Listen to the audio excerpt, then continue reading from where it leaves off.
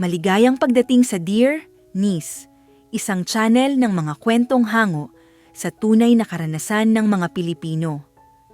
May pag-ibig, may drama, at may mga kwentong pampamilya na puno ng emosyon at aral sa buhay. Bago natin umpisahan, please huwag kalimutan mag-like, comment and subscribe upang lagi kang updated sa aming mga bagong kwento. Simulan na natin ang kwento ni Mara at Gabriel. May mga taong kahit hindi mo pa nakikilala ng personal, alam mo na agad na ayaw mo sa kanila. Hindi dahil may ginawa silang masama sa'yo. Hindi dahil may sinabi silang hindi maganda. Kundi dahil sa paraan pa lang ng paglakad nila, sa kumpiyansang halos umapaw, at sa tingin nilang para bang alam na nila ang lahat. Ganito ang unang impresyon ni Mara Alcantara sa lalaking hindi pa niya nakakausap. Pero sukang-suka na siya agad. Ang pangalan ng lalaking iyon, Gabriel de Vera. CEO. Mayaman. Makapangyarihan.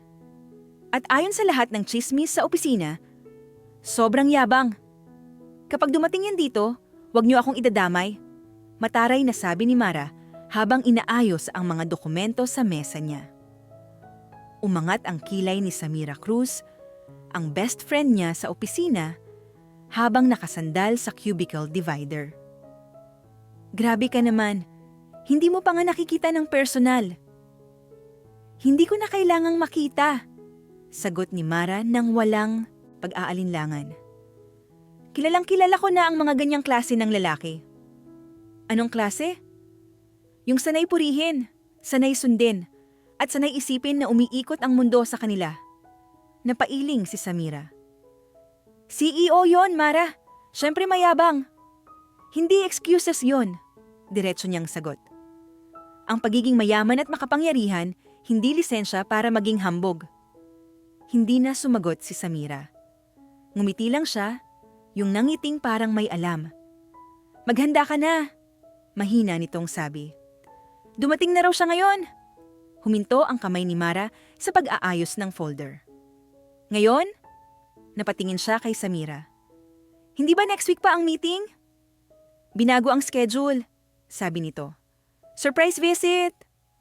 Napabuntong hininga si Mara. Sa dami ng problemang iniintindi niya bilang Senior Operations Manager ng kumpanya, dagdag pa sa listahan ang isang CEO na hindi niya gusto kahit hindi pa niya kilala. Napakaganda. Tumayo siya mula sa upuan.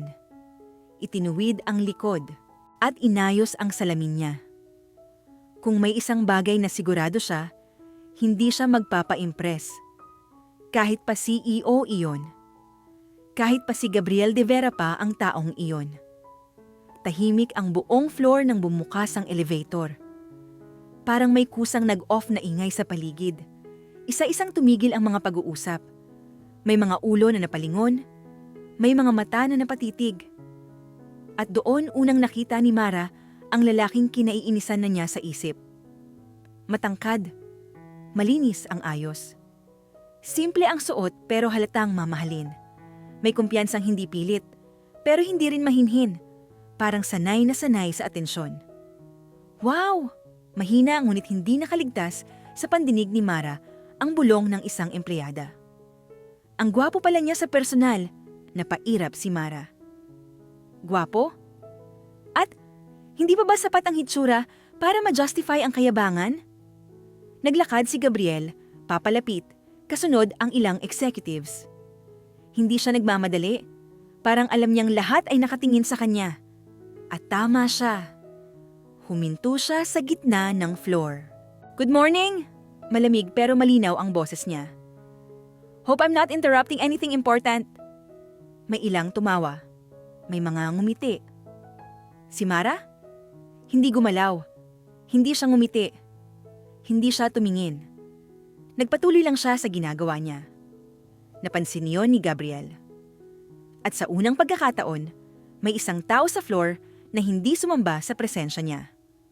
Lumapit si Samira kay Mara at bumulong. Uy, tumitingin siya sa'yo. Bahala siya. Mahinang sagot ni Mara. Hindi ako auditioning para sa approval niya.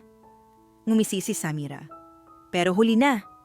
Naglakad na si Gabriel palapit sa kanila. Excuse me, sabi nito.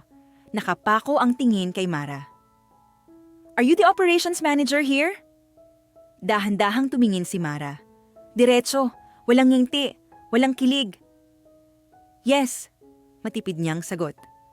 Mara Alcantara. Hindi niya iniabot ang kamay niya.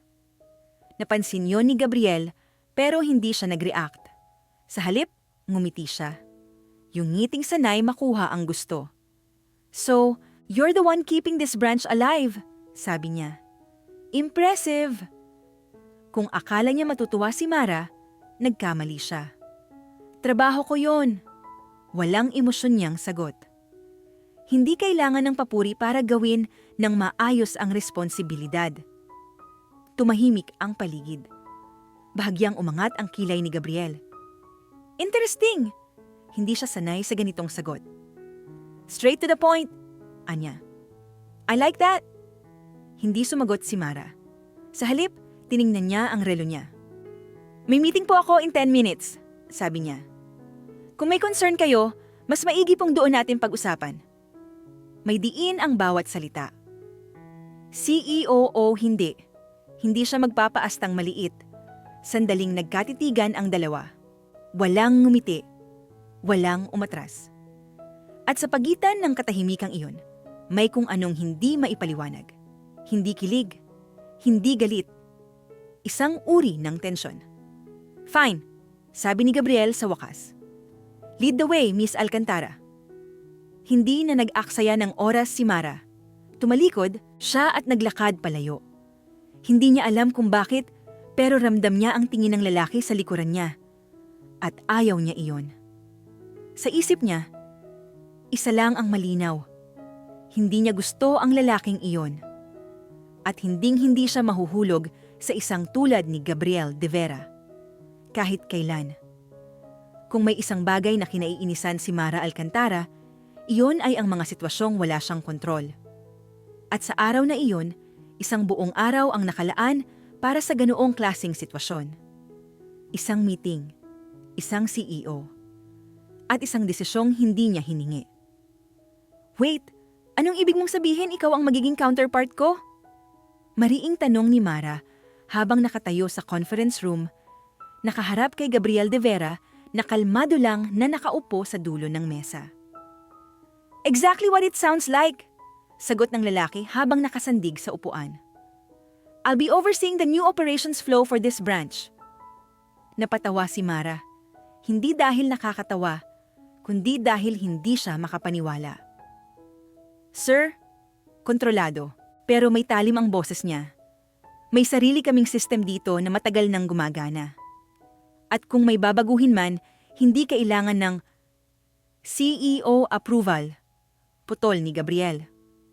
Unfortunately, yes. Tahimik ang buong conference room. May ilang empleyadong nagkunwaring abala sa laptop. May iba namang yumuko na lang. Si Samira Cruz, na nakaupo sa kabilang dulo, ay halos mapanghiwi sa tensyon. Mara, maingat na sabi ni Samira. Baka pwedeng... Okay, biglang sabi ni Mara, humingan ng malalim. Linawin natin. Humakbang siya palapit sa mesa. Tama ba ang pagkakaintindi ko? Diretso niyang tanong kay Gabriel. Na mula ngayon, lahat ng galaw ng department ko, kailangan kong i-clear sa inyo? Ngumiti si Gabriel. Hindi smug, hindi rin apologetic. Confident. Not all, sabi niya. Just the major decisions. Which is basically everything, sagot ni Mara nang walang pag-aatubili. Depends how you run things, sabi ni Gabriel. And from what I've seen so far, sandaling tumingin siya sa tablet niya. You're good, Anya. But I want better. Napasinghap si Mara. Better? Para sa isang taong kakarating lang, ang lakas ng loob niyang magsabi ng ganoon. Sir, sabi niya, with all due respect, which you clearly don't have, putol ni Gabriel, nakangiti pa rin. Nag-init ang dugo ni Mara. Hindi po kami eksperimento, ituloy niya, na basta-basta babaguhin para lang masabi na may ambag kayo. Isang empleyado ang napalunok. May umubo sa sulok. Ngumiti si Gabriel ng mas malalim. Ah, sabi niya. So that's how you see me. Hindi sumagot si Mara. Hindi niya kailangang magpaliwanag. Tumayo si Gabriel mula sa upuan. Good, anya. I like challenges. At doon, naramdaman ni Mara ang unang totoong inis. Hindi dahil mayabang siya, kundi dahil parang natutuwa pa ang lalaking iyon sa bawat pagtutol niya. Makalipas ang ilang minuto, natapos din ang meeting. Walang napagkasunduan. Maliban sa isang bagay. Na simula ngayon, magiging magkasama sila sa lahat ng major projects. At wala ni isa sa kanila ang masaya roon. Lumabas si Mara ng conference room na halos hindi nililingon si Gabriel. Friend, habol ni Samira sa kanya sa hallway. Relax ka lang. Relax? Ulit ni Mara, huminto at humarap sa kaibigan. Alam mo bang ilang taon kong binuo ang system dito? Oo, mahinang sagot ni Samira. At alam ko ring nasasaktan ang ego mo. Hindi ego to, giit ni Mara. Professional pride to. Ngumiti si Samira. Yung ningiting alam na may darating pang mas masaya. Sure ka ba?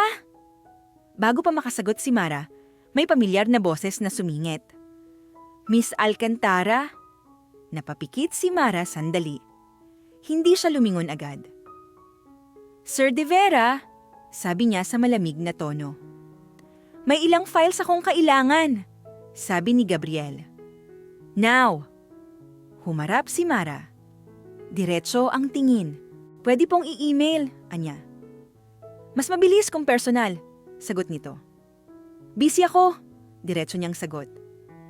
Make time, sabi ni Gabriel, walang bakas ng paghingi ng permiso. Tahimik si Mara ng 2 segundo. Pagkatapos, ngumiti siya. Yung klase ng ngiting hindi magandang senyales.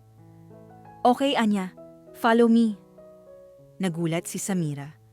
At mas lalong nagulat si Gabriel nang biglang umikot si Mara at mabilis na naglakad papunta sa operations floor. Hindi siya nagsalita.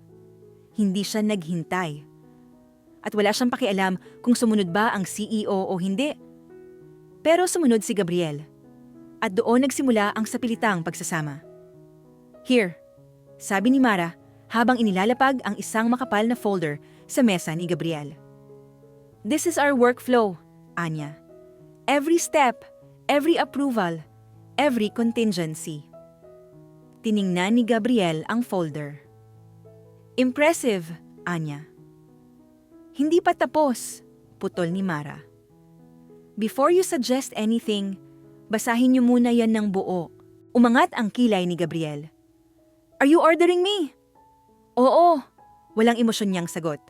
Tahimik ang paligid. May ilang empleyado ang nagkunwaring abala, pero halatang nakikinig. Ngumiti si Gabriel at umupo. Fine da, anya. Let's see what you've got.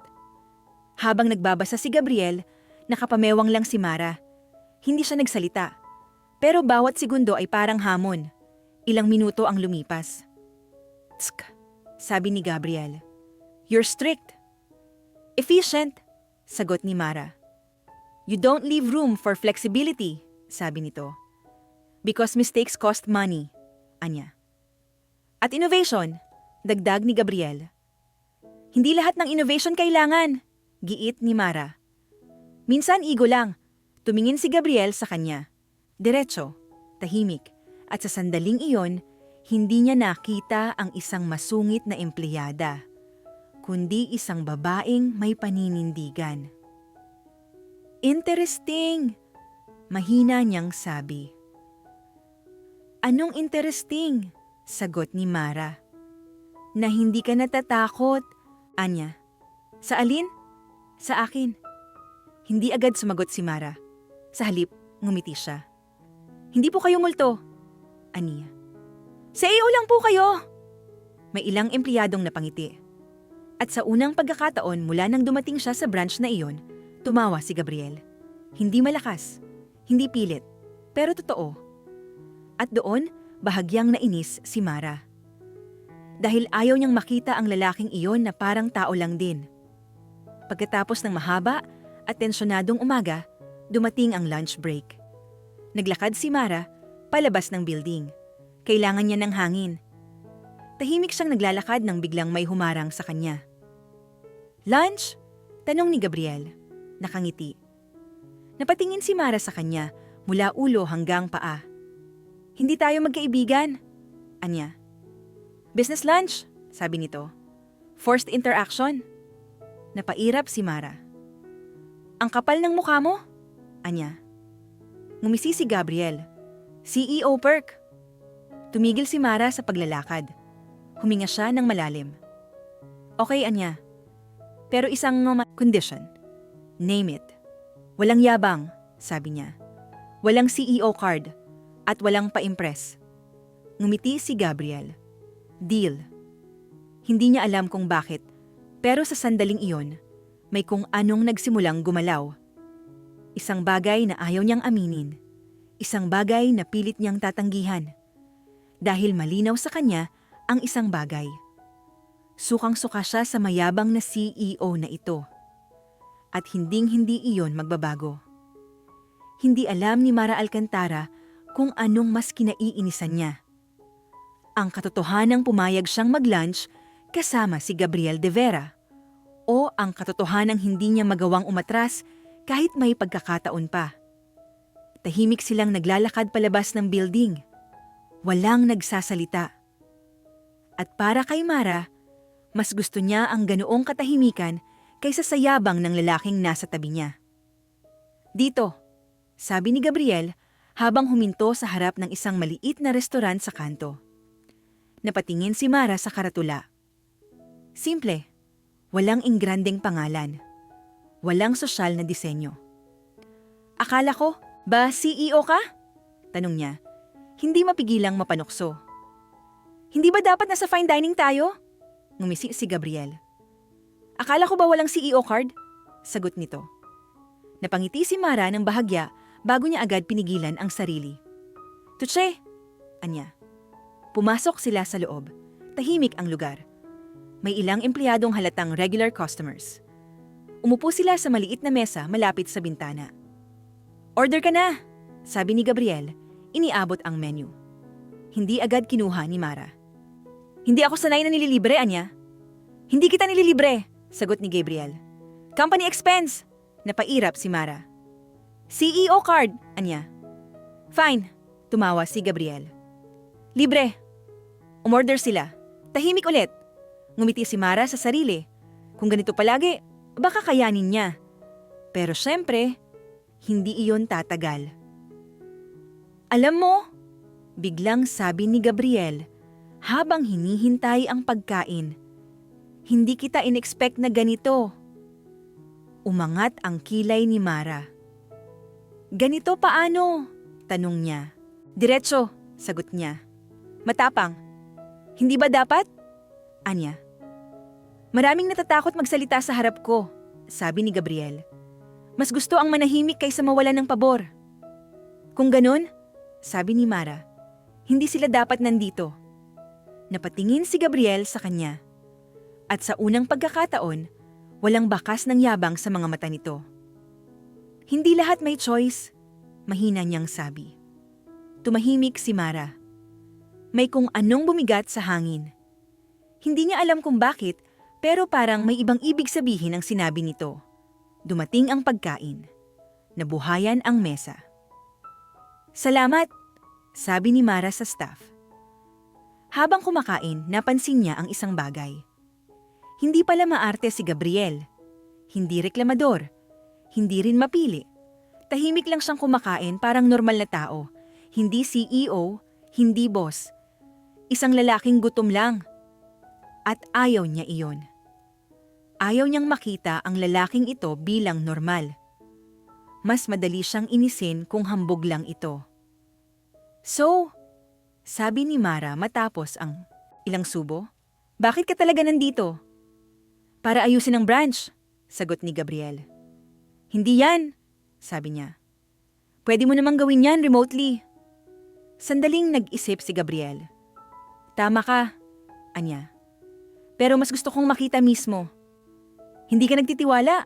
Tanong niya. Sa system, sagot niya. Hindi. Sa akin? Diretso niyang tanong. Tahimik si Gabriel. Pagkatapos, tumingin siya sa kanya. Sayo? Anya. I trust you more than you think. Natigilan si Mara. Hindi niya inaasahan iyon. At mas lalong hindi niya gusto ang naramdaman niya. Hindi mo ako kilala, sabi niya. Medyo mas mahina na ang tono. Kilala ko ang trabaho mo, sagot ni Gabriel. At sapat na yon. Hindi na sumagot si Mara. Ilang segundo ang lumipas. Alam mo, biglang sabi ni Mara, akala ko magiging mas mayabang ka. Napangiti si Gabriel. Disappointed? Oo, sagot niya agad. Mas madali sanang mainis. Tumawa si Gabriel. Sorry kung nabigo kita, anya. At doon, may munting bagay na gumalaw sa dibdib ni Mara. Hindi kilig, hindi pa. Pero hindi na rin puro galit. At ayaw na ayaw niya iyon. Pagbalik nila sa opisina, abala na ang lahat. Naghiwa-hiwalay sila agad. At inisip ni Mara na doon na matatapos ang kakaibang tanghali. Nagkamali siya.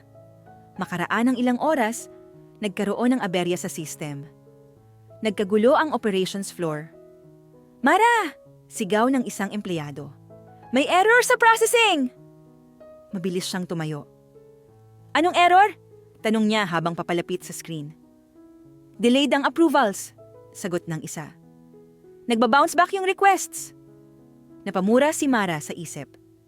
Ito ang ayaw niyang mangyari. Okay, sabi niya. Freeze muna lahat ng transactions. Sir De Vera? May tumawag mula sa likod niya. Napalingon si Mara. Nakatayo si Gabriel, nakakunot ang noo habang tinitingnan ang mga monitor. Anong nangyari? Tanong nito. System overload, sagot ni Mara. Pero manageable. Lumapit si Gabriel. At sa unang pagkakataon, hindi siya nag-utos. Hindi siya nagtanong ng paulit-ulit. Tahimik lang siyang tumingin. May kailangan ka ba? Tanong niya kay Mara. Napatingin siya sa lalaki. Sandali. Coffee? Sabi niya. Black. Tumango si Gabriel at walang sabi-sabing umalis. Nanlaki ang mata ni Samira. Did he just... Oo, putol ni Mara. Magtrabaho ka na? Pero kahit abala, hindi niya maiwasang magtaka. Bumalik si Gabriel, dala ang kape. Inilapag niya ito sa tabi ni Mara. Here, sabi niya. Salamat, sagot niya.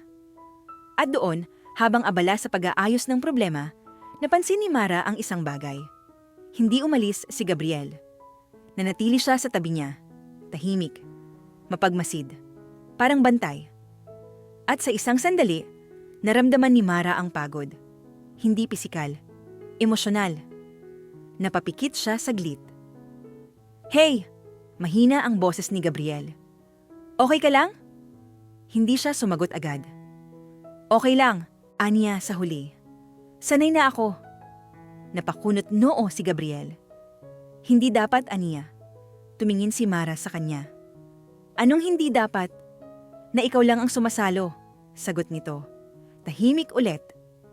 May mga salitang gustong kumawala sa dibdib ni Mara. Pero pinigilan niya. Hindi siya sanay magpakita ng kahinaan.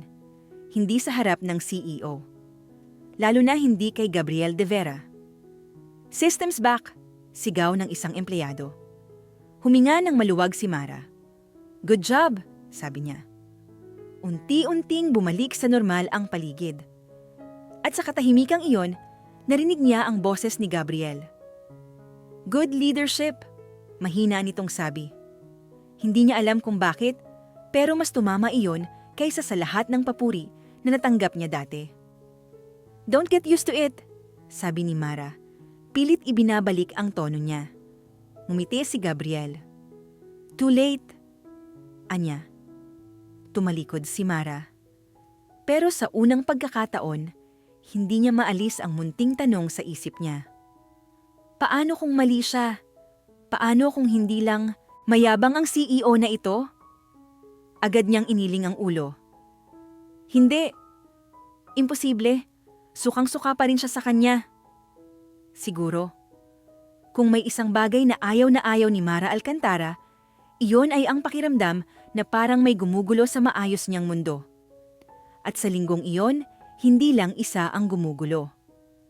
Matapos ang system incident, mas naging madalas ang pakikipag-interact ni Gabriel de Vera sa operations floor. Hindi siya nanguutos. Hindi rin siya nangingibabaw. Tahimik lang siyang nandoon. At sa hindi maipaliwanag na dahilan, mas nakakainis iyon para kay Mara. Mas madali sanang magalit kung mayabang lang talaga siya, pero hindi. At iyon ang problema. Friend, bulong ni Samira Cruz habang magkasabay silang naglalakad papunta sa pantry. Napapansin mo ba? Ano? Tanong ni Mara habang nagsasalin ng kape. Na mas madalas na siyang nasa paligid mo. Napahinto ang kamay ni Mara. Hindi, agad niyang sagot. At kahit oo, wala akong pakialam. Ngumisi si Samira. Sure ka? Bago pa makasagot si Mara, may pumasok sa pantry. Isang lalaking nakakasual na polo, may dalang folder at may ngiting hindi pilit. Hi! Magaan ang boses nito. May hinahanap lang sana ako. Napalingon si Mara. At sa unang tingin pa lang, alam niyang hindi ordinaryong bisita ang lalaking iyon. Milo? Tanong niya, bahagyang nagulat. Ngumiti ang lalaki. Hi Mara, sabi nito. Matagal na? Umangat ang kilay ni Samira. Wait, bulong niya. Kilala mo? College friend? Sagot ni Mara. Hindi inaalis ang tingin kay Milo Reyes. Anong ginagawa mo dito? Consultant ako para sa bagong campaign, sabi ni Milo. Marketing side, tumango si Mara. Ah, anya. Kaya pala? Ngumiti si Milo at lumapit. I heard you're running things here, anya. Congrats! Salamat, sagot ni Mara. Walang tensyon, walang pilit. Natural lang ang usapan, at iyon ang hindi inaasahan ni Mara. Coffee? Alok niya. Sure, sagot ni Milo. At doon, napansin ni Samira ang isang bagay. Ngumiti si Mara. Hindi pilit, hindi defensive, kalmado, komportable. At sa kabilang dulo ng hallway, may isang lalaking nakatigil, tahimik, nanunood. Si Gabriel. Hindi niya intensyong makialam, napadaan lang siya. Pero nang makita niya si Mara na nakatawa kasama ang isang lalaking hindi niya kilala, may kung anong kumirot. Hindi galit, hindi inis. Isang bagay na ayaw niyang pangalanan. Who's that? Tanong ng isang executive sa tabi niya. Consultant, matipid na sagot ni Gabriel. Hindi niya inalis ang tingin. At sa unang pagkakataon, hindi siya komportable.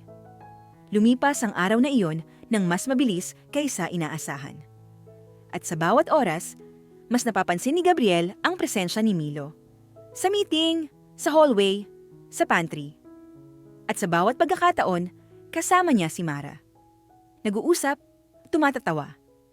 Hindi niya alam kung bakit, pero parang may mali. Sir, sabi ng assistant niya matapos ang isang meeting, okay lang po ba kayo? Fine, agad niyang sagot. Pero hindi. Hindi siya fine. Kinagabihan, nagkaroon ng impromptu team dinner para sa marketing at operations. Mandatory? Tanong ni Mara kay Samira habang nag-aayos ng gamit. Oo, sagot nito.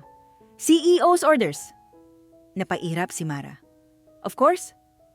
Sa restaurant, isang mahabang mesa ang naghihintay sa kanila. Umupo si Mara sa gitna, katabi si Samira. At sa kabilang side, umupo si Milo. Natural lang, hanggang sa may isang upuan na bakante. At doon umupo si Gabriel. Tahimik ang sandali.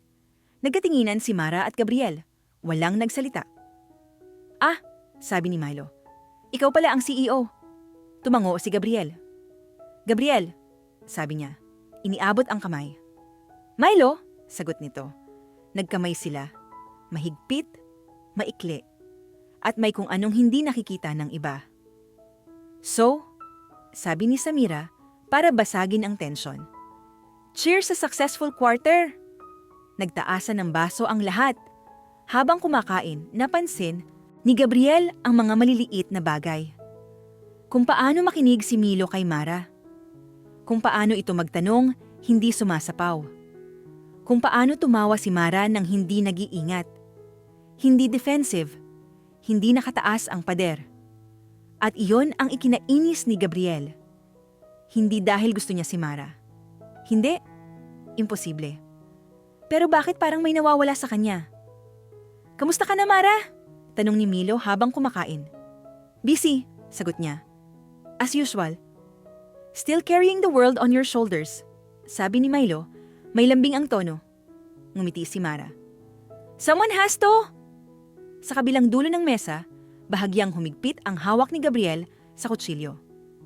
Hindi ba kayo napapagod? Tanong ni Milo. Tumigil si Mara. Sandali. Oo, sagot niya sa wakas. Pero sanay na. Hindi niya napansin ang tingin ni Gabriel, pero narinig niya ang sinabi nito. Hindi mo kailangang masanay, biglang singit ni Gabriel. Napalingon ang lahat, tumahimik ang mesa. Tama na. Mahina ngunit malinaw ang boses niya. Hindi mo kailangang magbuhat mag-isa. Umangat ang kilay ni Mara. Excuse me? Tanong niya. Ang sinasabi ko, sabi ni Gabriel, may team ka. At may trabaho ka ring gawin, sagot ni Mara, may bahid ng iritasyon. Ngumiti si Milo, tila sinusubok ang ayusin ang sitwasyon. He's right, sabi nito. Pero ikaw pa rin ang pinaka-dedicated na kilala ko. Napatingin si Mara kay Milo. Salamat, sabi niya. At sa sandaling iyon, alam ni Gabriel ang sagot sa tanong na ayaw niyang itanong. Selos. Hindi niya gusto. Hindi niya inaamin. Pero nandoon. Matapos ang dinner, naghiwa-hiwalay ang lahat. Nagpaalam si Samira at ang iba. Si Mara ay naghintay sa labas para sa sasakyan niya. Mara, tawag ni Milo. Huminto siya. Thanks for tonight, sabi nito. It was nice catching up. Anytime, sagot niya. Gusto mo bang magkape minsan? Tanong ni Milo, maingat. Hindi agad sumagot si Mara. Sa likuran niya, nakita niya sa salamin ang refleksyon ni Gabriel. Nakatayo, nakikinig. Hindi niya alam kung bakit, pero mas naging mabigat ang desisyon. Sure, sagot niya sa wakas. Text mo lang ako. Ngumiti si Milo. Great. Nang makaalis si Milo, nanatili si Mara sa pwesto niya. Tahimik. Close kayo? Tanong ni Gabriel, hindi makatingin. Kaibigan? Sagot ni Mara. Close! Ulit ni Gabriel. Enough! Anya. Why? Hindi agad sumagot si Gabriel. At sa katahimikan, alam ni Mara na may sagot siya. Hindi lang ito masabi. Wala, sabi ni Gabriel sa huli. Curious lang. Ngumiti si Mara. Yung nangiting may laman. Akala ko ba wala kang pakialam? Tanong niya. Hindi sumagot si Gabriel. At doon nagsimulang magbago ang lahat. Hindi dahil may umamin. Hindi dahil may umamin ng nararamdaman. Kundi dahil may isa nang hindi komportable sa posibilidad na mawala ang isang taong hindi niya pa inaangking mahalaga. Kung may isang bagay na pareho sina Mara Alcantara at Gabriel de Vera, iyon ay ang husay nilang magsinungaling sa sarili. Hindi sa iba, hindi sa trabaho. Sa sarili. Kinabukasan matapos ang team dinner, mas tahimik kaysa dati ang opisina. Hindi dahil walang trabaho, kundi dahil may tensyong hindi pinapangalanan. Maagang dumating si Mara, mas maaga kaysa dati. Hindi dahil excited siya magtrabaho, kundi dahil ayaw niyang isipin ang nangyari kagabi. Ang ngiti ni Milo Reyes. Ang paraan ng pagtanong niya kung okay lang si Mara.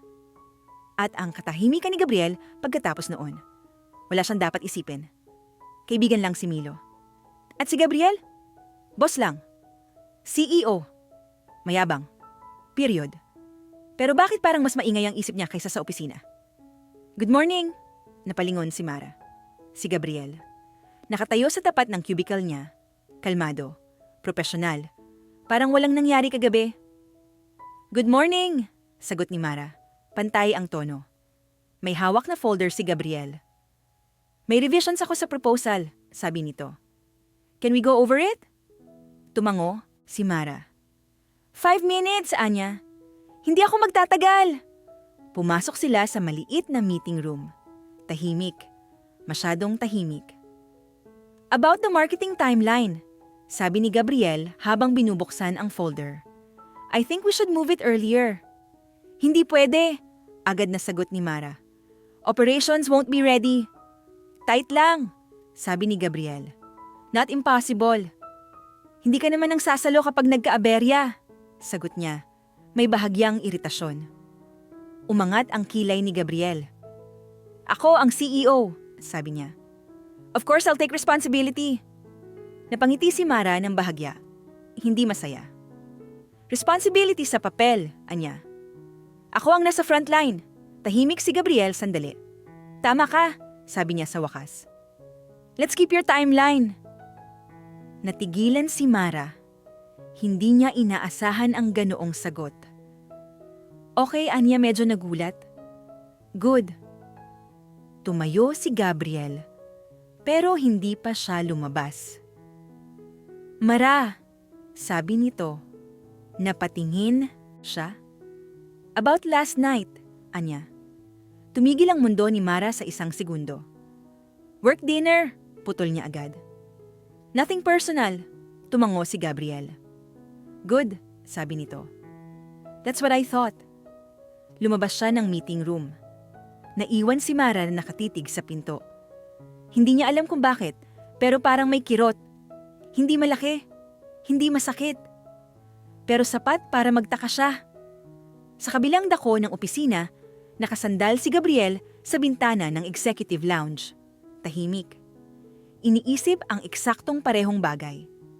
Nothing personal, tama. Hindi dapat maging personal. Hindi niya gusto si Mara.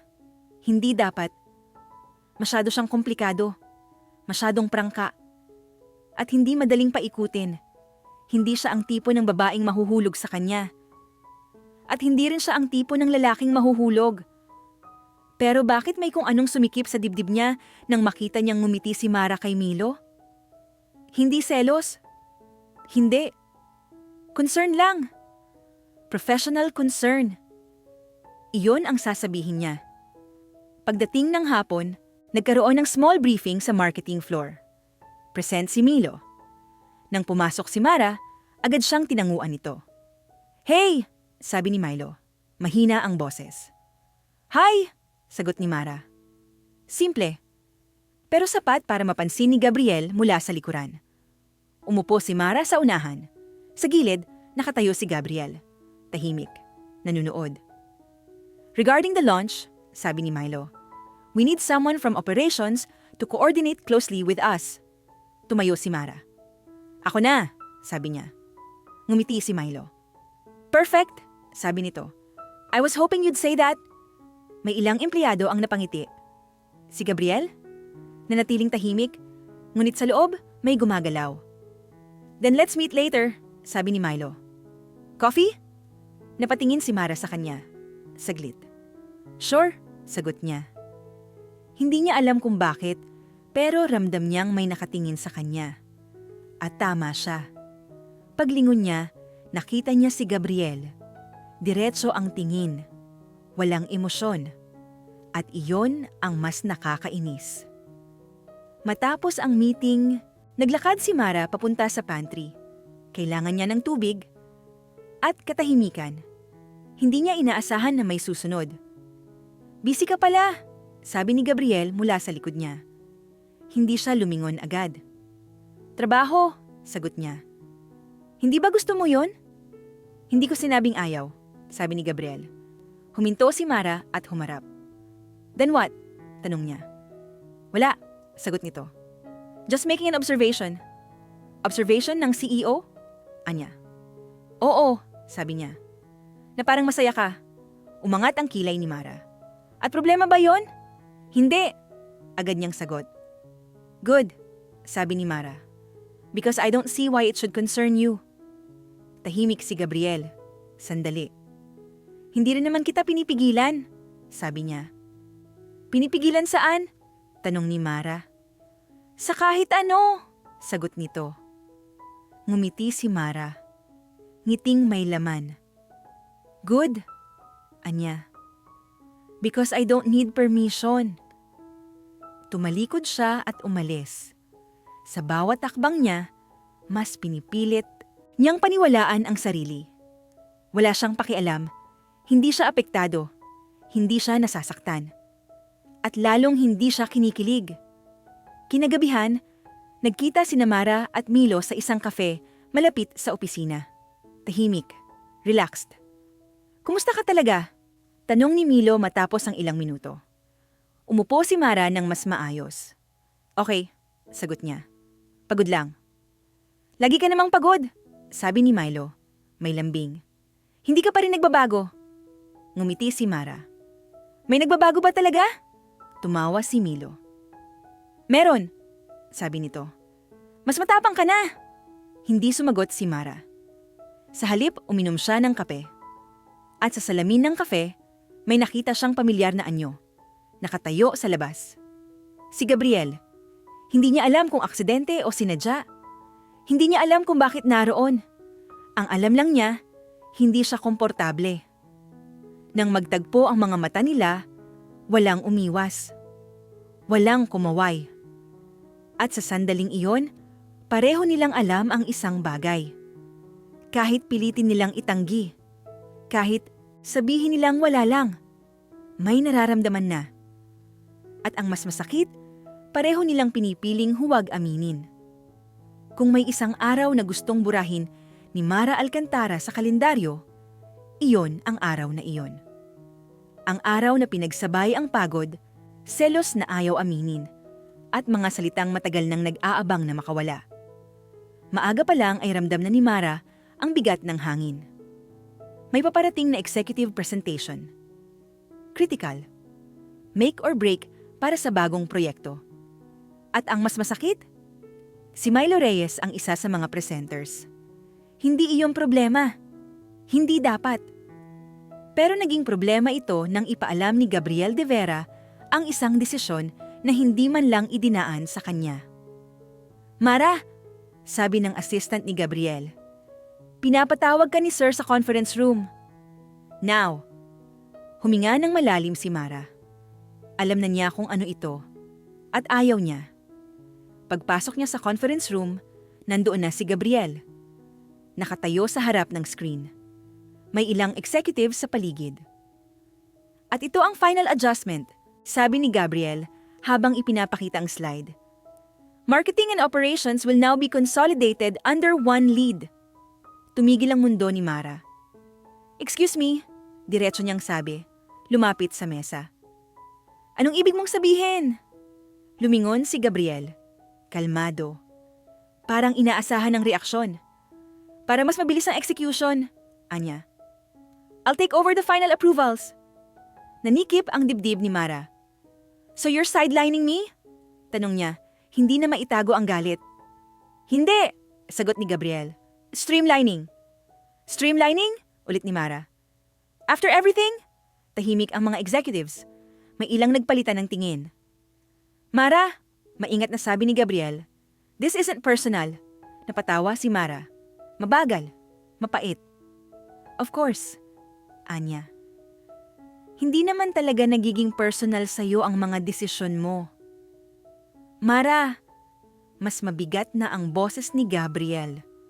We can talk about this later. Hindi, giit niya. Ngayon, humakbang siya palapit. Alam mo ba kung ilang beses kong ipinaglaban ang sistemang to? Tanong niya. Ilang gabi akong hindi umuwi ng maaga para siguraduhin gumagana lahat. Tumahimik si Gabriel. Alam mo ba, ituloy ni Mara, kung gaano kahirap magtrabaho ng palaging kailangang patunayan ang sarili dahil lang hindi ako ikaw. May bigat ang bawat salita. At sa sandaling iyon, hindi na ito tungkol sa trabaho. Mara, sabi ni Gabriel, you're being emotional. Iyon ang maling salita. At alam nilang pareho, nanlaki ang mata ni Mara. Emotional? Ulit niya. Tumaas ang boses. Dahil ipinaglalaban ko ang pinaghirapan ko? Mara, wag mo akong tawagin sa pangalan ko na parang wala kang ginawa. Putol niya. Kung ako si Milo, ganito rin ba ang trato mo? Tahimik. Napakabigat ng katahimikan. Milo has nothing to do with this, sagot ni Gabriel, pero masyado nang huli. Talaga? Tanong ni Mara. Hindi ba mas madali para sa'yo ang makinig sa kanya? Napakunot noo si Gabriel. Is that what this is about? Tanong niya. Jealousy? Napatawa si Mara. Don't flatter yourself, anya. Hindi ako nagseselos. Then why bring him up? Tanong ni Gabriel. Because at least siya, sagot ni Mara, marunong makinig. At doon, nawala ang kontrol ni Gabriel. Because he's playing safe, anya. He doesn't carry the weight I do. Weight? Ulit ni Mara. O ego? Biglang tumahimik ang silid. At sa mata ni Gabriel, may kung anong nagbago. Enough, sabi niya. Malamig ang boses. This meeting is over. Hindi pa, sagot ni Mara. Get out, sabi ni Gabriel.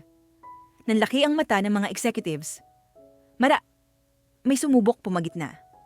Pero huli na. Mabagal na ngumiti si Mara.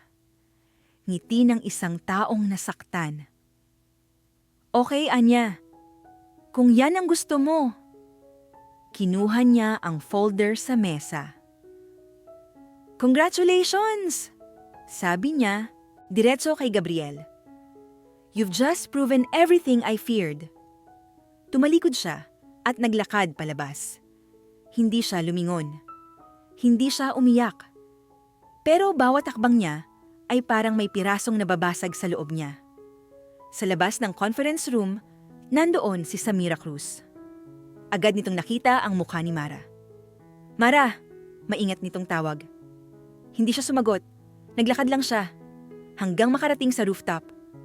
Doon siya huminto. At doon niya hinayaan ang sarili. Huminga siya ng malalim. Mabigat, masakit. Akala ko ba kaya ko? Bulong niya sa sarili. Akala ko ba sanay na ako? Ilang sandali pa, may pamilyar na yabag ang narinig niya. Hindi siya lumingon. Leave me alone, mahina niyang sabi. Hindi, sagot ni Gabriel. Humarap siya, galit, nasaktan. Anong kailangan mo? Tanong niya. Explain, sabi ni Gabriel. Hindi mo kailangan ng explanation, sagot ni Mara. CEO ka, desisyon mo yon. Hindi umimik si Gabriel agad. Mali ako sa isang bagay, sabi niya sa wakas. Napatingin si Mara. Akala ko, ituloy niya, kaya mong ihiwalay ang trabaho sa emosyon. Nanlaki ang mata ni Mara. Wow, anya. Talagang ako pa ang problema? Hindi, sabi ni Gabriel. Pero pinersonal mo. Pinersonal? Tumaas ang boses ni Mara. Paano hindi magiging personal kung pinaghirapan ko to? Because it's business, sagot ni Gabriel. At ako? Tanong niya. Ano ako? Asset? Tahimik si Gabriel. At sa katahimikang iyon, alam ni Mara ang sagot. I get it, anya. Mahina na ang boses. Para sa'yo, palitan lang ako. Hindi yun ang sinabi ko, sabi ni Gabriel. Pero yun ang naramdaman ko, sagot ni Mara. Lumapit si Gabriel ng isang hakbang. Stop, sabi ni Mara. Huwag kang lalapit. Huminto si Gabriel. At huwag mo akong sundan, ituloy niya. Huwag mo akong kausapin hanggat hindi mo kayang tratuhin akong katumbas mo. Tahimik si Gabriel. At sa unang pagkakataon, wala siyang sagot. Tumalikod si Mara. At habang naglalakad siya palayo, alam niyang may isang bagay na tuluyang nasira. Hindi lang ang tiwala niya, kundi ang pader na unti-unti nang bumababa. Kinagabihan, nakaupo si Gabriel Mag-isa sa opisina. Tahimik. Nakatingin sa mga dokumento. Pero wala siyang nababasa. Bumabalik-balik sa isip niya ang mga salita ni Mara. Asset. Palitan. At doon niya napagtanto ang isang bagay. Hindi niya sinasadya, pero nasaktan niya ito. At sa pagkakataong iyon, hindi siya sigurado kung maaayos pa niya. 3 araw. 3 araw na hindi kinausap ni Mara Alcantara si Gabriel de Vera. 3 araw na puro trabaho lang ang inatupag niya, na para bang kayang tabunan ng spreadsheets at meetings ang sakit na iniwan ng mga salitang binitiwan nila sa isa't isa. Hindi siya umiwas. Hindi rin siya naghanap. Tinrato niya si Gabriel na parang isa lang itong anino sa opisina. At ganoon din ang ginawa ni Gabriel. Walang tawag, walang chat, walang paliwanag. Hanggang sa dumating ang araw na wala na sa kontrol ng kahit sino ang mangyayari. Gabing-gabi na nang matapos si Mara sa opisina. Tahimik na ang buong floor. Isa-isa nang namatay ang mga ilaw. Karaniwan na sa kanya ang ganitong oras ng pag-uwi. Pero sa gabing iyon, iba ang pakiramdam. Mabigat ang hangin. Tahimik masyado ang paligid. "Ma'am, kayo na lang po ba?" Tanong ng gwardiya sa lobby. "Oo," sagot ni Mara habang inaayos ang bag niya. Naglakad siya palabas ng building. Huminto sandali. Wala ang sasakyan niyang karaniwang inaarkila. Napakunot ang noo niya. Naglabas siya ng cellphone para mag-book ulit. Nagloading ang app. Isang hakbang paatras. At doon niya narinig ang yabag. Mabilis! Mabigat! Hindi pamilyar. Bago pa siya makalingon, may humawak na sa braso niya. "Miss, sandali lang," sabi ng isang lalaki. Nanlamig ang katawan ni Mara. "Bitawan niyo ako." Mahinahon pero may takot ang boses niya. Ngumiti ang lalaki. "Huwag kang maingay." May isa pang lalaking lumapit. At doon niya nakita ang puting van na nakahinto sa gilid ng kalsada. Mabilis ang mga sumunod na pangyayari. Isang kamay sa bibig niya. Isang humihila sa kanya papalapit sa van. "Hoy!" sigaw niya. Pero walang nakarinig.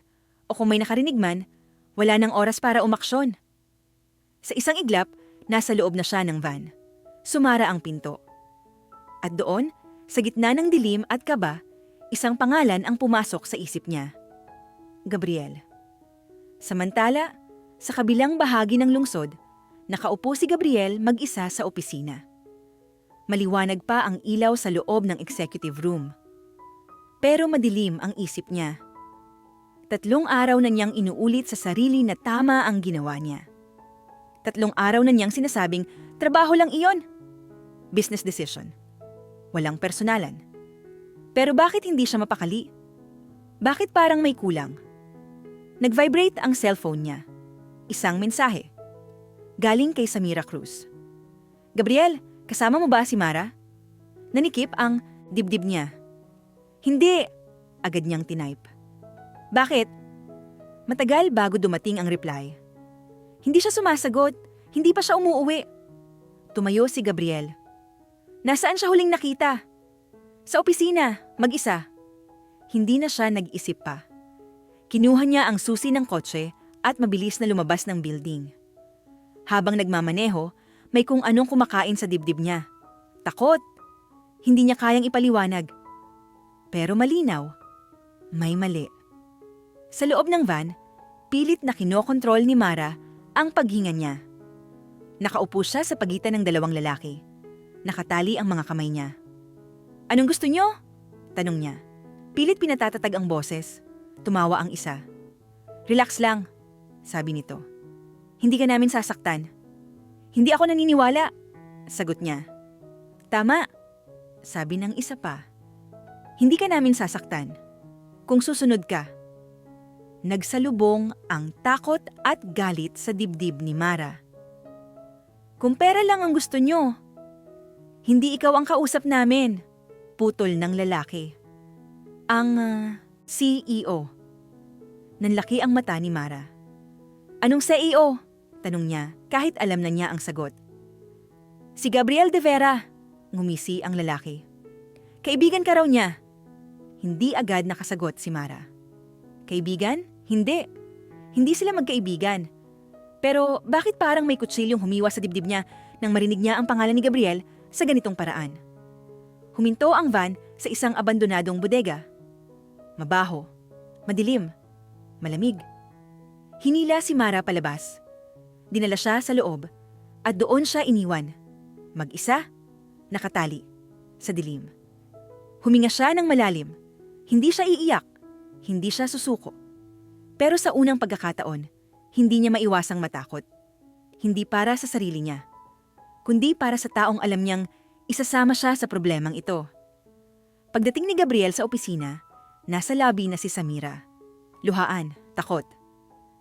Gabriel, sabi nito, may tumawag. Iniabot niya ang cellphone. Isang recorded message ang tumunog. Mr. De Vera, sabi ng boses sa kabilang linya. Nasa amin, ang babae mo. Nanikip ang panga ni Gabriel. Kung gusto mo siyang makitang buhay, ituloy ng boses. Sumunod ka sa instructions namin. Napatigil si Samira. Babae mo? Bulong nito. Hindi sumagot si Gabriel. Hindi niya alam kung bakit, pero hindi niya itinanggi. Hindi na niya kaya. Makalipas ang ilang oras, nakarating si Gabriel sa lokasyon na ibinigay ng mga dumukot. Mag-isa. Walang pulis. Ganoon ang utos. Pagpasok niya sa bodega, isang tanawin ang sumalubong sa kanya na hindi niya kailanman makakalimutan. Si Mara. Nakatali sa upuan. Maputla. Pero buhay. Mara! Mahina niyang tawag. Nag-angat ng ulo si Mara. Nanlaki ang mata niya. Gabriel! Bulong niya. Bakit ka nandito? Lumapit siya agad. Huwag kang magsalita! Sabi niya habang sinusubukang kalasin ang tali. Umalis ka! Mahina ang boses ni Mara. Ito ang kasalanan ko. Walang kasalanan dito, sagot ni Gabriel. May kukunin sila sa akin, hindi sa'yo. Humigpit ang lalamunan ni Mara. Hindi mo dapat modesto ginagawa. Anya. Hindi ako! Don't! Putol ni Gabriel. Huwag mong sabihin na hindi ka mahalaga. Natigilan si Mara. Mahalaga ka, ituloy niya. Sa akin, tumulo ang luha sa mata ni Mara. Sa unang pagkakataon, wala na siyang lakas para magkunwari. Akala ko galit ka sa akin, bulong niya. Galit ako, amin ni Gabriel. Sa sarili ko. Sa sandaling iyon, bumukas ang pinto ng bodega. May mga lalaking pumasok. Time's up, sabi ng isa. Biglang tumayo si Gabriel sa harap ni Mara. Wala kayong makukuha sa kanya, sabi niya. Sa akin yung ilabas lahat. Tinamaan si Mara ng takot. Gabriel, wag kang magsalita. Mahina niyang sabi, hindi lumilingon. Trust me. Sa unang pagkakataon, wala nang galit sa dibdib ni Mara. Takot na lang. At isang malinaw na katotohanan. Kung may mangyaring masama kay Gabriel, hindi niya kakayanin. Sa sandaling iyon, alam na nilang pareho. Hindi na sapat ang pagtanggi. Hindi na sapat ang galit. May mas mahalaga na kaysa sa pride at takot. At kahit hindi pa nila nasasabi, kahit wala pang pag-amin, ang insidenteng iyon ang tuluyang gumising sa damdaming matagal na nilang itinatanggi. Mabigat ang hangin sa loob ng abandonadong bodega. Amoy kalawang, amoy alikabok, at amoy takot. Nakatayo si Gabriel de Vera sa harap ni Mara Alcantara, parang pader na handang saluhin ang kahit anong ibato sa kanila. At sa likod niya, isang babaeng pilit, pinipigilan ang luha habang pinapanood ang lalaking minsan. Niyang kinamuhian na ngayon ay handang ipaglaban siya kahit hindi siya sigurado kung karapat-dapat ba siya roon.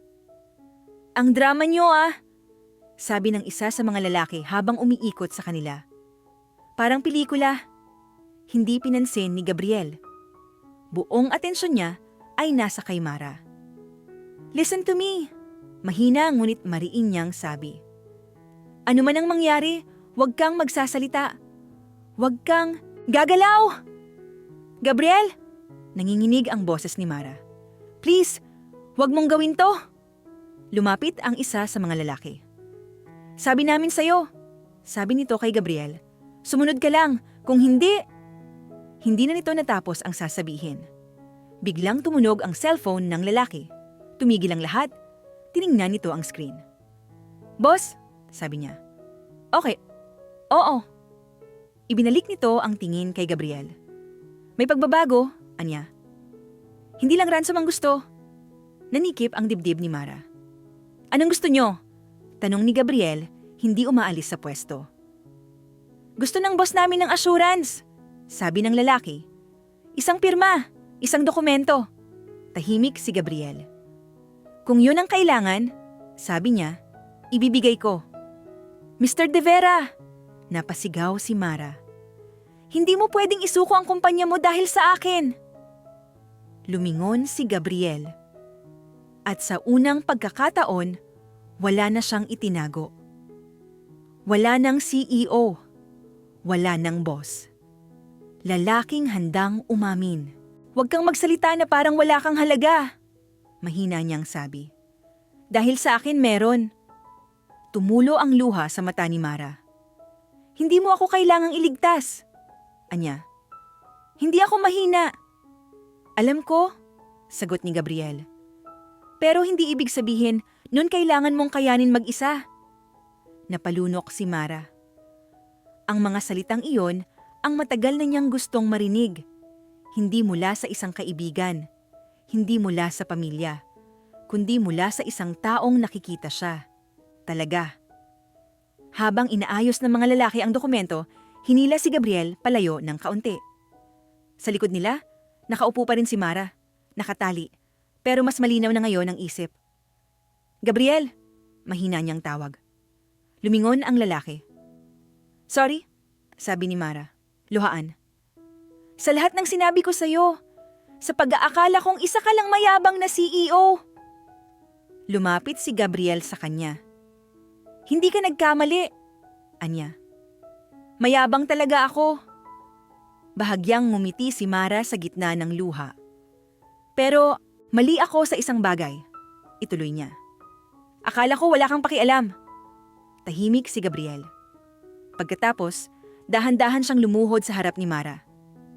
Mara, mahina niyang sabi. Natatakot ako. Nanlaki ang mata ni Mara. Hindi dahil sa kanila, dagdag niya. Kundi dahil sa'yo. Bakit? Tanong niya. Dahil kung mawala ka, sagot ni Gabriel. Hindi ko alam kung paano ako babalik sa dati. Huminto ang mundo ni Mara. Lahat ng galit, lahat ng tampo, lahat ng pagtanggi, nabura. Gabriel, bulong niya. Anong sinasabi mo? Hindi ko planong mahulog sa'yo, amin ni Gabriel. Hindi ikaw ang tipo ko, at alam kong hindi rin ako ang tipo mo. Tumulo ang luha ni Mara. Pero bawat araw, ituloy niya, mas nagiging mahirap magkunwari na wala akong nararamdaman. Sa likod nila, may narinig silang yabag. Hoy! Sigaw ng isa sa mga lalaki. Walang drama dyan! Hindi pinansin ni Gabriel. Hindi na niya kaya.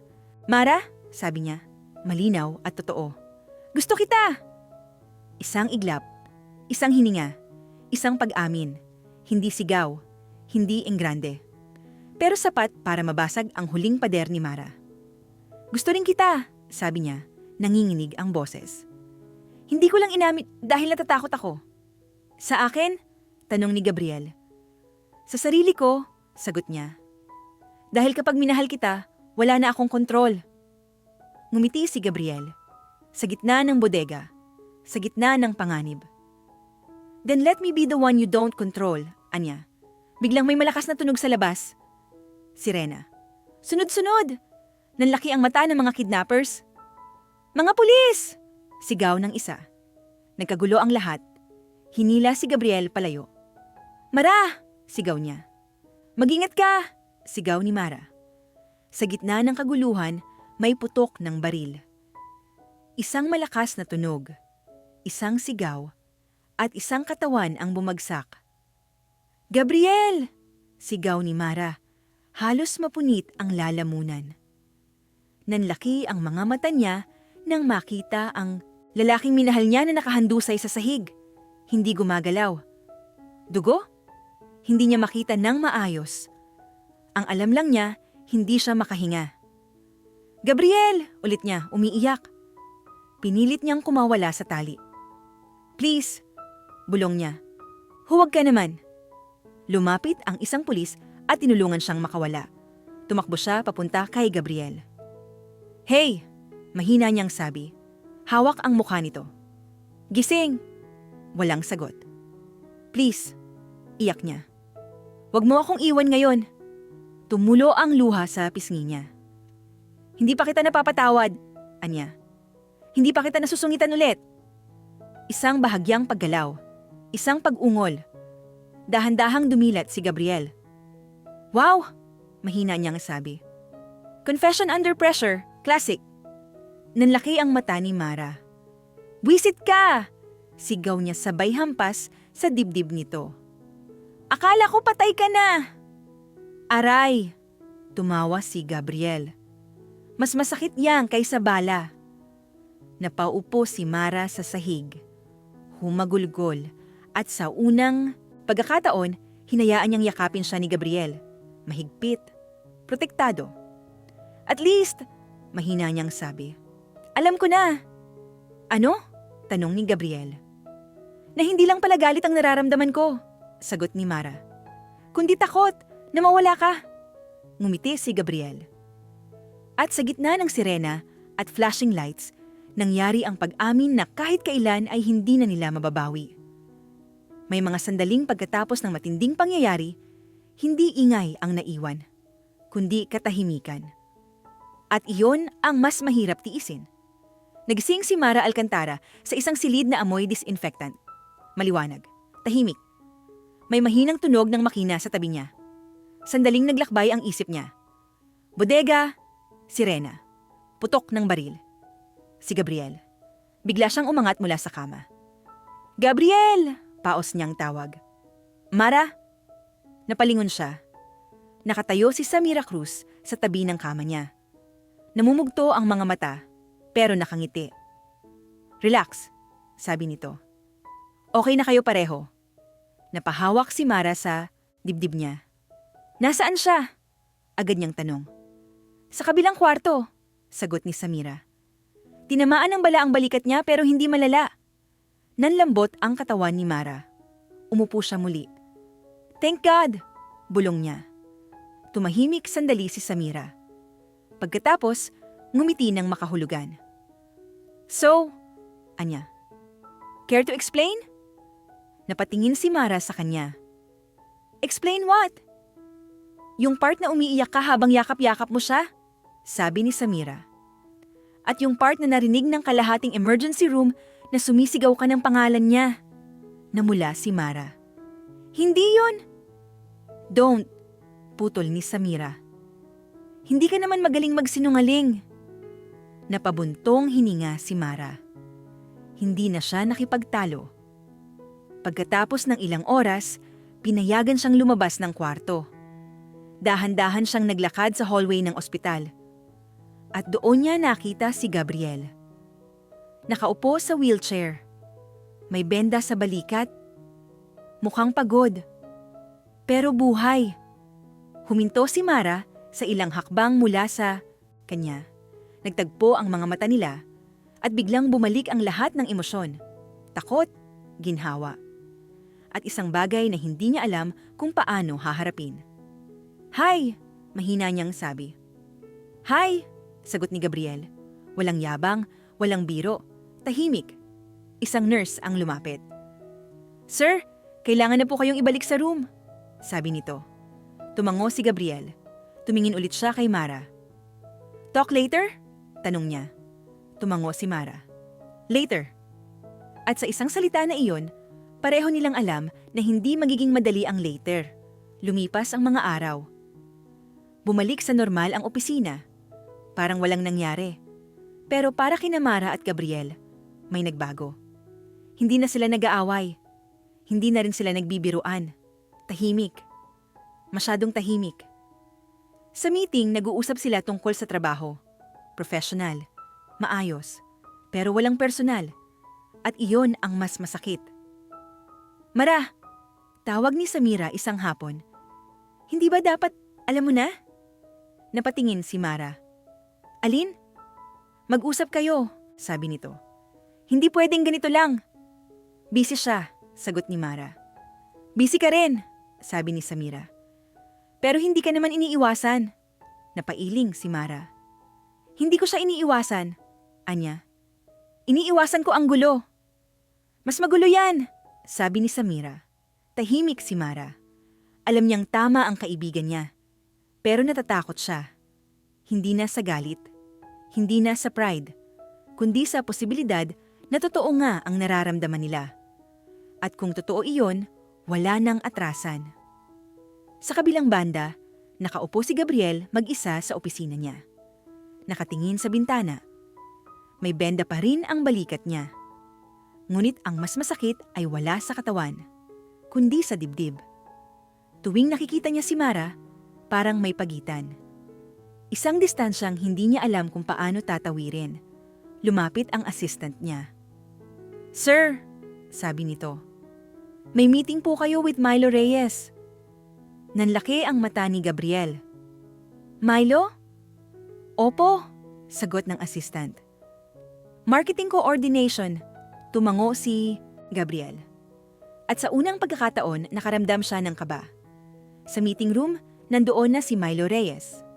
Kalmado. Maayos. Gabriel, bati nito, tumayo at iniabot ang kamay. Tinanggap ni Gabriel ang kamay nito.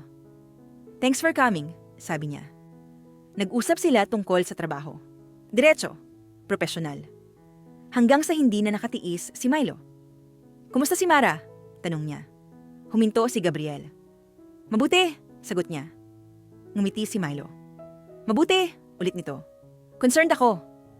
Nanikip ang panga ni Gabriel. Kaibigan mo siya, sabi ni Milo. Kaibigan? Ulit ni Gabriel. Tahimik sandali.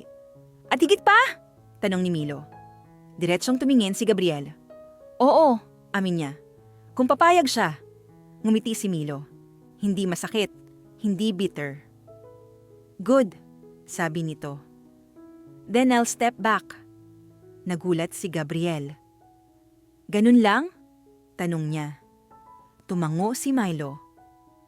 Kung ikaw ang makakapagpasaya sa kanya, sabi nito, hindi ako haharang. Tahimik si Gabriel. Salamat, sabi niya sa wakas. Tumayo si Milo. Just don't hurt her, bilin nito. Tumango si Gabriel.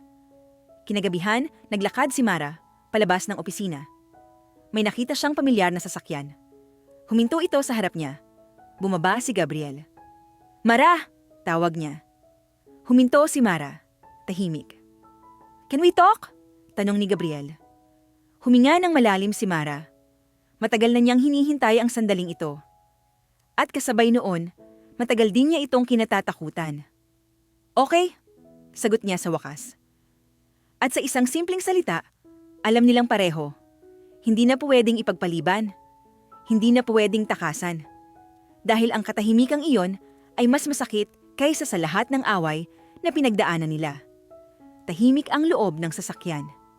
Hindi awkward. Hindi rin komportable. Isang uri ng katahimikan na puno ng mga salitang matagal nang gustong lumabas pero walang gustong maunang magsalita. Nakatingin si Mara Alcantara sa bintana. Ang mga ilaw sa kalsada ay dumadaan lang. Parang mga alaala na ayaw niyang harapin. Sa gilid ng paningin niya, naroon si Gabriel de Vera. Nagmamaneho, tahimik, maingat. Parang natatakot na baka kapag nagsalita siya, may masira. Oo nga pala, mahinang sabi ni Mara. Binabasag ang katahimikan. Okay ka na ba? Ngumiti si Gabriel. Physically? Sagot niya. Okay na. Tumango si Mara. Tahimik ulit. Pero hindi na kasing bigat kanina. Salamat, biglang sabi ni Mara. Napalingon si Gabriel. Para saan? Tanong niya. Sa pagpunta mo? Sagot niya. Sa lahat. Hindi agad sumagot si Gabriel. Hindi ko yung ginawa dahil may utang ka, sabi niya sa wakas. Ginawa ko yon dahil hindi ko kayang mawala ka. Napapikit si Mara sandali. Masakit. Pero totoo, huminto ang sasakyan sa isang tahimik na bahagi ng city overlook. May ilaw, may hangin. Isang lugar na hindi opisina, hindi ospital. Isang lugar para magpakatotoo. Pinatay ni Gabriel ang makina. Dito na lang muna, sabi niya. Kailangan nating mag-usap. Huminga ng malalim si Mara. Tumango siya. Lumabas silang pareho ng sasakyan. Tumayo sa gilid ng railing, nakatanaw sa city lights. Natakot ako, biglang sabi ni Mara, hindi tumitingin sa kanya. Alam ko, sagot ni Gabriel. Hindi nung kinidnap ako, linaw niya. Kundi pagkatapos. Napatingin si Gabriel sa kanya. Sa ano? Tanong niya. Sa sarili ko, sabi ni Mara. Sa naramdaman ko. Tahimik si Gabriel. Buong buhay ko, ituloy ni Mara. Sanay akong kontrolado ang lahat. Trabaho, emosyon, mga tao. Ngumiti siya ng bahagya. Pero nung akala ko mamamatay ka, mahina niyang sabi. Wala akong kontrol at doon ako natakot. Dahil umamin ka? Tanong ni Gabriel. Dahil totoo, sagot niya. At kapag totoo may kapalit. Lumapit si Gabriel ng bahagya. Takot ka bang masaktan? Tanong niya. Napatawa si Mara. Takot akong masaktan, anya. At mas takot akong makasakit. Tumahimik sila sandali.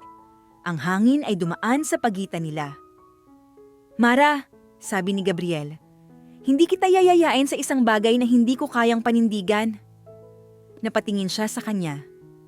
Pero hindi rin kita pipilitin, dagdag niya. Kung hindi ka pa handa. Napahawak si Mara sa railing.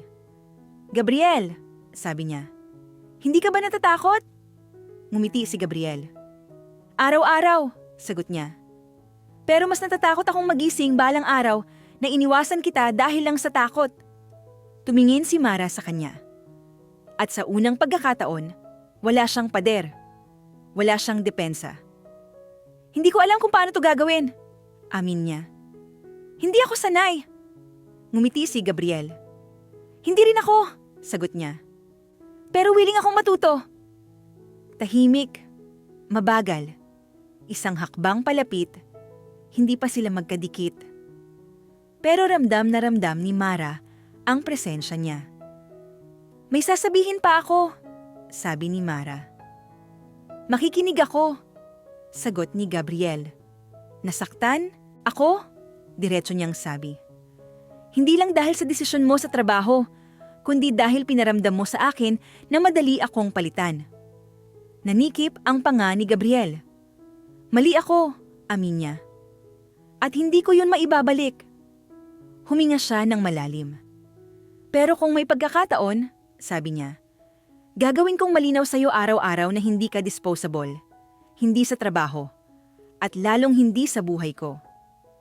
Tumulo ang luha sa mata ni Mara. Hindi niya ito pinunasan agad. Hinayaan niya. Hindi kita kailangan, mahina niyang sabi. Pero gusto kita, ngumiti si Gabriel.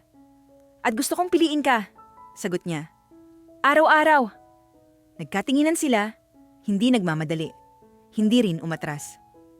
Kung papasok tayo dito sa sabi ni Mara, walang power play, walang CEO, walang boss. Tumango si Gabriel. Pantay, anya. At kapag nasaktan ako, dagdag ni Mara, sasabihin ko. Makikinig ako, sagot ni Gabriel. At kapag natakot ako, sabi niya. Hahawakan kita, sagot niya. Ngumiti si Mara, isang ngiti na matagal niyang ipinagkait sa sarili. Hindi pa kita sinasagot, sabi niya. Ngumiti si Gabriel. Hindi ko naman hinihingi, sagot niya. Hindi pa. Huminga ng malalim si Mara. At pero, dagdag niya, huwag mo rin akong sukuan. Hindi nag-atubili si Gabriel. Hindi, sagot niya. Tahimik silang nagkatitigan. At sa unang pagkakataon, walang galit sa pagitan nila. Walang selos, walang pride, takot lang, at tapang. Dahil ang magmahal ay hindi kawalan ng takot, kundi pagpiling humarap dito. Magkasama. Hindi agad nagbago ang lahat kina Mara Alcantara at Gabriel de Vera matapos ang gabing iyon. Walang biglaang kami na. Walang sweet na announcement. Walang eksenang pangpelikula.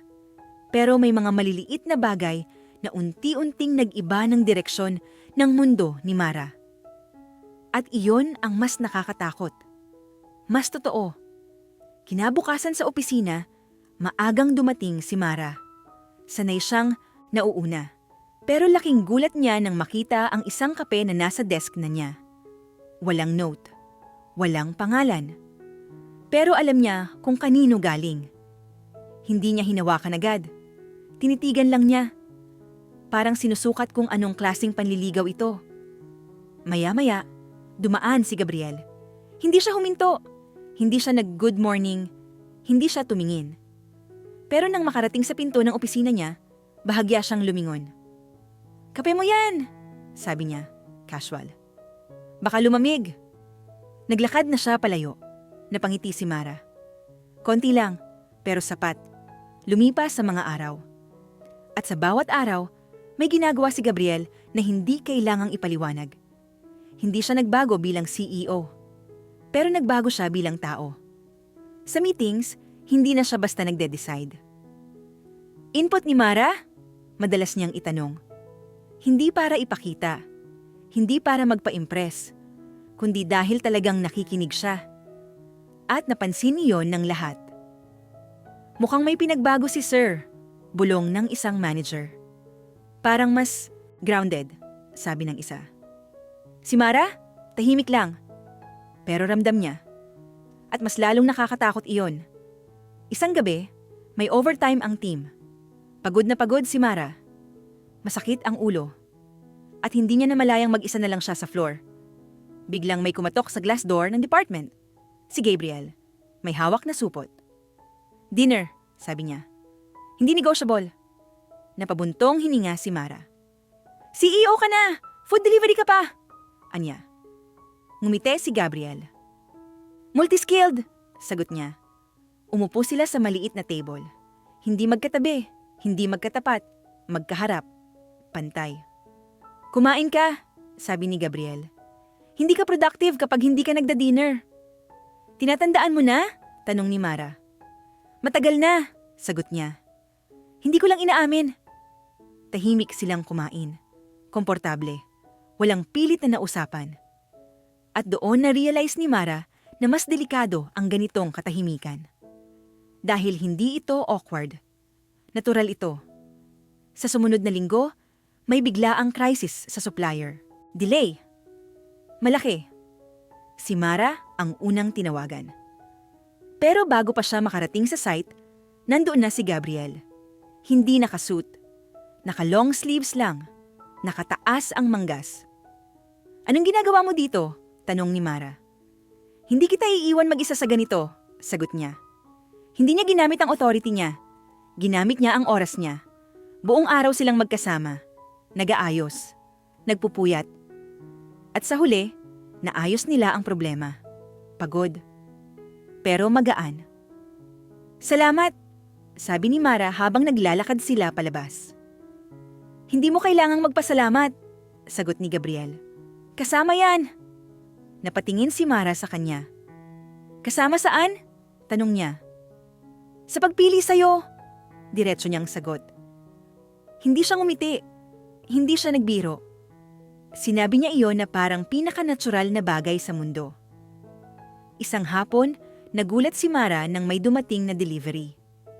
Hindi bulaklak, hindi regalo. Isang kahon ng files. May label. Community Outreach Proposal. Binuksan niya. Nandoon ang isang project plan. Para sa mga single mothers. Scholarship, skills training. Alam niyang matagal na niyang pangarap iyon. At alam niyang hindi niya sinabi kahit kanino. Lumapit si Gabriel. Hindi ito panunuyo, sabi niya agad. Support lang. Napatingin si Mara sa kanya. Paano mo nalaman? Tanong niya. Pinapansin kita, sagot niya. Matagal na. Nanikip ang dibdib ni Mara. Hindi dahil sa kilig, kundi dahil sa bigat ng realization. Hindi pala siya nag-iisa. Dumating ang isang gabi na hindi na niya kinaya. Nagstay siya sa opisina hanggang hating gabi. Tahimik. Pagod. Biglang may nag-message. Gabriel. Nasa baba ako. Napapikit si Mara. Bumaba siya. Nandoon si Gabriel. May dala lang na jacket. Suotin mo, sabi niya. Hindi ako nilalamig, sagot ni Mara. Pero pagod ka, sabi niya. At mas lumalamig kapag pagod. Hindi na siya tumanggi. Isinuot niya ang jacket. Amoy sabon. Amoy pamilyar. Hindi mo ako tinatanong kung kailan kita. Sasagutin, sabi ni Mara bigla. Ngumiti si Gabriel. Hindi ko kailangang madaliin, sagot niya. Gusto kong piliin mo ako dahil sigurado ka, hindi dahil pagod ka na. Tumingin si Mara sa kanya. At doon niya naramdaman ang takot. Hindi sa kanya, sa sarili niyang paglapit. Sa mga sumunod na araw, patuloy ang panliligaw. Hindi ingrande, hindi mapang-akit.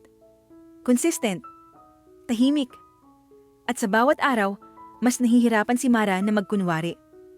Dahil ang lalaking nasa harap niya ay hindi na ang CEO na kinaiinisan niya. Isa na siyang taong hindi nang aagaw ng espasyo, kundi nagbibigay. At sa puntong iyon, alam ni Mara ang katotohanan. Hindi niya na tinatanong kung mahal niya si Gabriel. Ang tanong na lang ay, kailan niya kayang aminin na handa na siyang piliin ito? May mga desisyong hindi kailangang madaliin. At may mga desisyong kahit anong iwas mo, darating pa rin sa'yo ang tamang oras. Dumating iyon kay Mara Alcantara, isang ordinaryong umaga na walang drama. Walang sigawan, walang krisis. Isang umagang tahimik. At doon niya napagtanto, mas malinaw pala ang damdamin kapag walang kaguluhan. Maagang dumating si Mara sa opisina. Hindi dahil may deadline. Hindi dahil may problema, kundi dahil may gusto siyang gawin. Sa desk niya, may isa na namang kape. Pareho ng dati. Hindi special, hindi bago. Pero sa bawat araw na lumilipas, nagiging pamilyar. At minsan, iyon ang pinakamapanganib. Hinawakan niya ang baso. At sa unang pagkakataon, hindi siya nagtanong kung bakit naroon iyon. Ininom niya lang. Bandang tanghali, may board meeting. Present si Gabriel de Vera. CEO, kalma. Focused. Pero kung titingnan mo ng mabuti, may bahid ng kaba sa kilos niya. Hindi dahil sa negosyo, kundi dahil sa babaeng nakaupo ilang upuan ng layo mula sa kanya. Sa gitna ng meeting, may proposal si Mara. Isang project, hindi tungkol sa profit, kundi sa people development. Tahimik ang room habang nagsasalita siya. At sa bawat salita, kitang-kita ni Gabriel kung bakit siya nahulog. Hindi dahil matapang siya, kundi dahil malinaw ang prinsipyo niya. Pagkatapos ng presentation, tahimik ang board. Then, approved. Isa-isa. Walang tanong, walang kondisyon. Pagkatapos ng meeting, isa-isang lumabas ang mga executives. Naiwan sina Mara at Gabriel. Tahimik. Hindi awkward. Parang may hinihintay. Mara! Tawag ni Gabriel. Lumingon siya. Yes? Can we talk? Tanong niya. Tumango si Mara. After work, sagot niya. Sa labas? Nagulat si Gabriel, pero ngumiti. Okay. Pagkatapos ng trabaho, nagkita sila sa isang maliit na park malapit sa opisina. Hindi fancy, hindi romantic. Simple, tahimik. Naglakad sila ng magkatabi. Walang nagmamadali. Naalala mo ba? Biglang sabi ni Mara. Yung unang araw natin nagkabanggaan? Tumawa si Gabriel. Yung gusto mo akong patalsikin sa sarili kong kumpanya? Biro niya. Deserve mo naman, sagot ni Mara. May ngiti. Still do, sabi ni Gabriel. Tumawa siya, pagkatapos ay tumahimik. Mara, sabi ni Gabriel, seryoso na. Hindi ako perpekto. Tumingin siya sa kanya. Alam ko, sagot niya. Mayabang ako, ituloy ni Gabriel. Minsan insensitive at sanay akong kontrolado ang lahat. Alam ko rin yan, sabi ni Mara. Huminto sila sa paglalakad. Humarap si Gabriel sa kanya. Pero sa lahat ng bagay na kaya kong kontrolin, sabi niya, ikaw ang hindi ko pinilit. Nanlaki ang mata ni Mara. Pinili kitang hintayin, dagdag niya. Pinili kitang pakinggan at pinili kitang igalang. Tahimik si Mara. Hindi dahil kailangan kita, sabi ni Gabriel, kundi dahil gusto kita. Huminga ng malalim si Mara. Ito na iyon, ang sandaling matagal niyang iniiwasan. At kung sasabihin mong hindi pa, dagdag ni Gabriel, tatanggapin ko. Ngumiti si Mara. Isang ngiti na walang takot. Hindi ko sasabihin na hindi pa, sagot niya. Nanlaki ang mata ni Gabriel. Hindi rin ako sasagot, agad, dagdag ni Mara. Ngumiti si Gabriel. Fair! Humakbang siya palapit. Mara! Sabi niya, mahina pero malinaw. Pipiliin mo ba akong mahalin? Hindi sumagot agad si Mara. Sa halip, tumingin siya sa paligid, sa mga ilaw, sa mga taong dumadaan. Sa buhay na tuloy lang ang ikot kahit may nagbabagong mundo sa loob niya.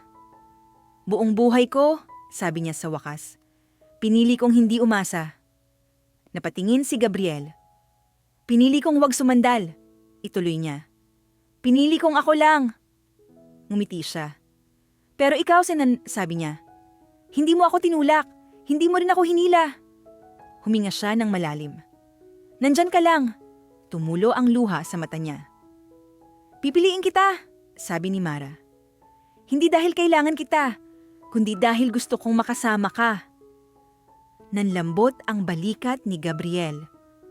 Mara, huwag ka munang magsalita. Putol niya. May nangiti. May kondisyon, dagdag niya. Tumango si Gabriel. Walang power imbalance, sabi ni Mara. Walang CEO, walang boss. Pantay, agad na sagot ni Gabriel. At kapag nag-away tayo, sabi niya, mag-uusap tayo. Makikinig ako, sagot ni Gabriel.